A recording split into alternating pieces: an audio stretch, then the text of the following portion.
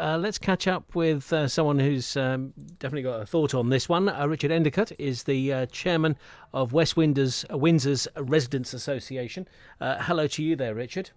Hello there. Hi, how are you? Very good indeed. So how about today? How are you feeling?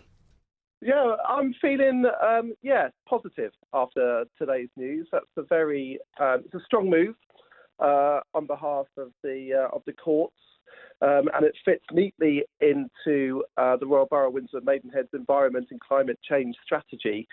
And yes, it's looking a bit more positive than perhaps we have been over recent years. Are you surprised the government decided not to appeal?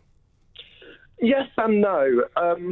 Obviously, you've got the Boris Johnson effect, and Boris has been a harsh critic of the scheme. He's actually a local MP, isn't he, to Heathrow, in theory? Well, quite in theory, yes. So I think there is some sort of influence there. I know our own MP, Adam Afriyie, has also been a fierce critic of the scheme as well, and has been lobbying hard within government. Am I surprised? Yes, I am surprised. Do I think it's the end? No. There's plenty more obstacles in which to clear before we can finally put an end to this project.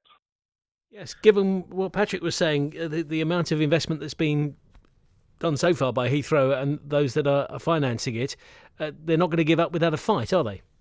Well, interestingly, the Civil Aviation Authority just before Christmas imposed a pre-planning permission spending limit on Heathrow's pre-expansion work, which ought to delay the third runway opening anyway. Essentially, early spending is Category C, which includes acquiring property, relocating buildings and compensating communities. Now, Heathrow wanted to spend £2.8 billion on that work immediately. The Civil Aviation Authority wanted to limit that to £1.6 billion. So already there's been a movement from the authorities to try and curb the spending that Heathrow wants to put in place ahead of the application for a development consent order, which they plan to submit to the Transport Secretary next year. So there's already plenty going on around this issue, and it might make Heathrow think twice about, particularly Heathrow's investors. I'm thinking of the likes of IAG, who are sort of British Airways' primary shareholders, and whether they'd be willing to fund any more money into the project without the development consent order being submitted. Just finally, do you think if, say, the Supreme Court back and don't dismiss the Court of Appeal's decision, they back that's the end of the Heathrow expansion?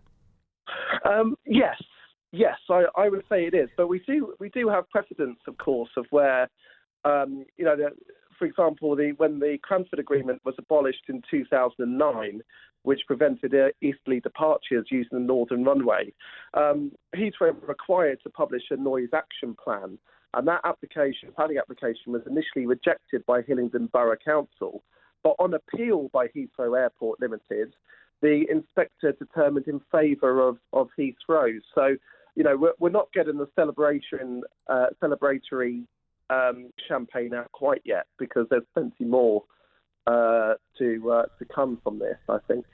Richard, I'm sure we'll speak again. Thank you very much indeed. Richard Endacott from West Windsor's Residents Association.